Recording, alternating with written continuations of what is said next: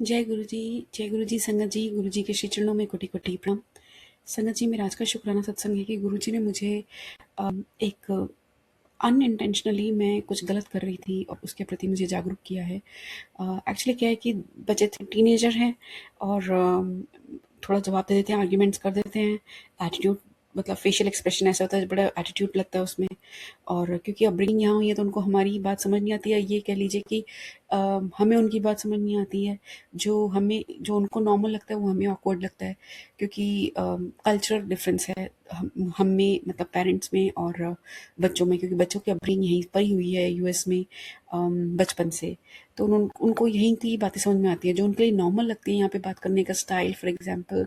और तो वो हमारे लिए डिसरेस्पेक्ट लगता है कभी कभी। एक एक एग्जांपल दे रही हूँ मैं ऐसे। हालांकि बच्चे ऐसे डिसरेस्पेक्ट करते नहीं हैं।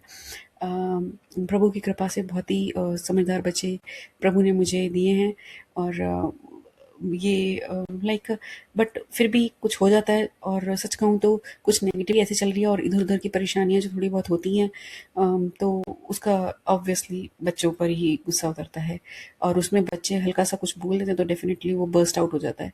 तो खैर ऐसे ही हुआ पीछे 2 दिन पहले। तो मैंने बच्चों को बहुत दिनों बाद मतलब मैंने उनकी थोड़ी सी पिटाई कर दी। हालांकि उनको मतलब चोट तो क्या ही लगेगी, बट फिर भी मतलब ये तो अच्छी बात है कि भगवान गुरुजी महाराज सदा साथ रहते हैं, क्योंकि डर लगता है कि कभी कभी कहीं ज़्यादा ना लग जाए। तो खैर मैंने कर दी उस समय पिटाई। आई मेड श्योर आफ्टर मतलब सम टाइम कि उनको कोई परेशानी तो नहीं है। मतलब लाइक माँ हूं ना, तो एक हल्का सा मार दे तो लाल भी हो जाए अगर स्किन पर, तो लगता है कि ये भी क्यों किया, है ना। तो वही है। लेकिन उस समय तो गुस्सा होता है। तो लेकिन आज गुरुजी महाराज ने मतलब 1-2 दिन बाद आज मुझे एक सत्संग सुनाते हैं गुरुजी महाराज। और उसमें एक आंटी के भी ऐसे ही था। उनके छोटे बट उनके छोटे बच्चे थे। और उन्होंने अपने बच्चे को इतने ही मतलब पिटाई कर दी जब वो परेशान होते थे, कि उनकी बच्ची बहुत ज़्यादा सहम गई है और डर गई है, और वो सबसे डरती है। तो आंटी उसी के लिए मतलब गुरुजी महाराज से लाइक प्रार्थना कर रहे थे।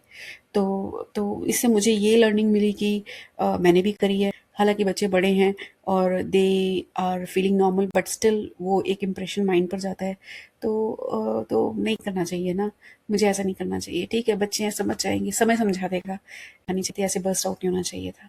तो मैं क्षमा चाहती हूँ गुरुजी महाराज से। और मैं यही चाहूँगी प्रभु मुझे शक्ति और सामर्थ्य दीजिए कि मैं अपने परेशानी को इस तरीके से व्यक्त ना करूँ।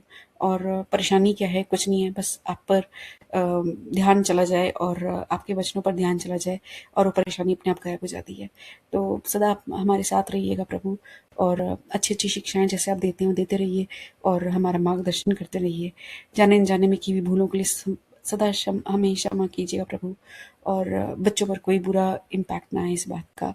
प्लीज़ ये आप, मुझे पता है आप सब देख रहे हैं, तभी आपने मुझे समझा है। तो कोटि कोटि शुक्राना मालिक। और मैं ज़रूर इम्प्रूव होऊंगी, ऐसा मैं कोशिश करूंगी। आप ही देने वाले हो शक्ति सामर्थ्य। जय गुरु जी, शुक्राना। सबके साथ अच्छा हो। जय गुरु जी।